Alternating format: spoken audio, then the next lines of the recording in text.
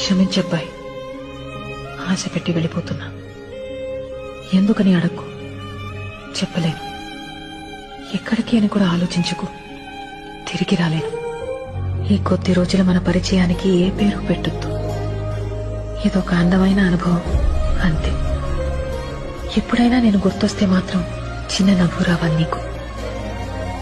నువ్వు నవ్వి